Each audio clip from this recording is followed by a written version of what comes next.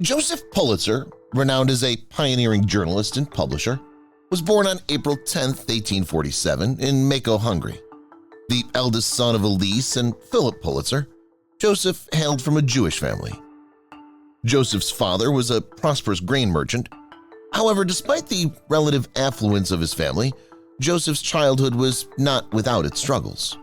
The political unrest and anti-Semitic sentiments prevailing in Hungary during that period deeply impacted the Pulitzer family.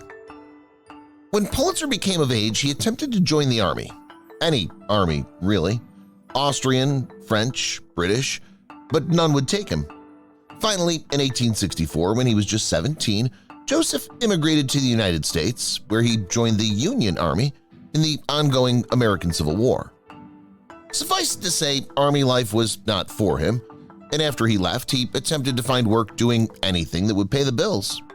In fact, Pulitzer was a workaholic from his teen years throughout the end of his life. Pulitzer ended up working part-time for a German newspaper in St. Louis after an article he penned for the paper was met with enthusiasm by the newspaper's editor. Simultaneously, he was studying law and working as a notary public. When a full-time job at the newspaper, the Westliche Post, opened up, Pulitzer took it. His innate curiosity, coupled with a flair for writing, propelled him to excel in his journalistic pursuits. Pulitzer's incisive reporting and unwavering commitment to truth soon earned him recognition within the local community. In 1878, Pulitzer seized the opportunity to purchase the St. Louis Dispatch, a struggling newspaper on the brink of collapse. Determined to revitalize the publication, he infused it with fresh energy and innovative ideas. Under Pulitzer's leadership, the St. Louis Dispatch underwent a remarkable transformation, emerging as the St. Louis Post-Dispatch after a merger with the St. Louis Post. Pulitzer's visionary approach to journalism, characterized by bold investigative reporting and advocacy for social justice, struck a chord with readers and propelled the newspaper to newfound success. Emboldened by his success in St. Louis, Pulitzer set his sights on the bustling metropolis of New York City. In 1883, he acquired the New York World, a struggling newspaper with a modest readership. Pulitzer saw the acquisition as an opportunity to make a lasting impact on the world of journalism and to shape public discourse on a national scale. Pulitzer wasted no time in implementing his vision for the New York World. He introduced groundbreaking innovations, including eye-catching headlines, which we would call clickbait, captivating illustrations, and bold editorial content, much of which we would call fake news. Pulitzer understood the power of sensationalism in capturing the public's attention and used it strategically to boost circulation and influence public opinion. The New York World quickly became synonymous with investigative journalism and crusading advocacy. Pulitzer's relentless pursuit of truth and his unwavering commitment to holding the powerful accountable earned him both admirers and adversaries.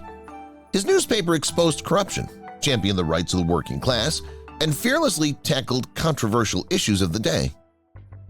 He found himself in something of a newspaper dogfight with William Randolph Hearst from 1896 to 1898.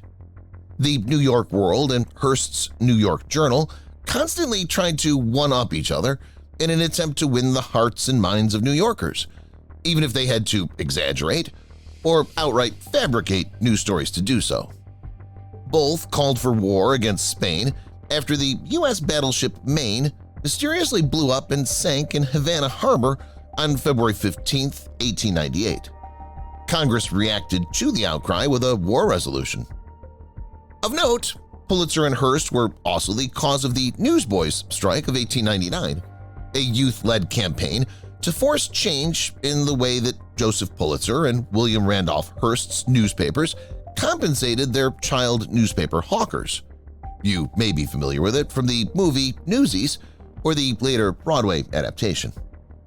Anyway, for reasons unknown, after the Spanish-American War, Pulitzer became a little more principled, withdrawing somewhat, but not fully, from the sensational headlines and excited content that had become known as yellow journalism.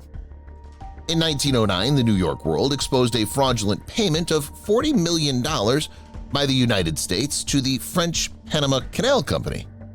After a court battle, Pulitzer came out the victor and was applauded for a crucial victory on behalf of freedom of the press. Pulitzer's health declined, and on October 29, 1911, he died aboard his personal yacht. But that's hardly where his story ends. Pulitzer left a sizable donation to Columbia University to create a school of journalism and a prize in his name, the Pulitzer Prize, or prizes, actually. Awarded annually in recognition of excellence in journalism, literature, and musical composition, the Pulitzer Prizes stand as a testament to their namesake's enduring influence in journalism. That legacy, cleaned up a bit due to his financial contributions and time, has gone on to inspire generations of journalists, writers, and artists to uphold the highest standards of integrity, creativity, and social responsibility. In short, Pulitzer, a Hungarian immigrant with an exceptional work ethic, went from nothing to something to the top of the heap in his 64 years on Earth. And the name Pulitzer has become the gold standard in journalistic excellence in the 112 years since. Thanks for watching. If you enjoyed the video, let us know by hitting that like button.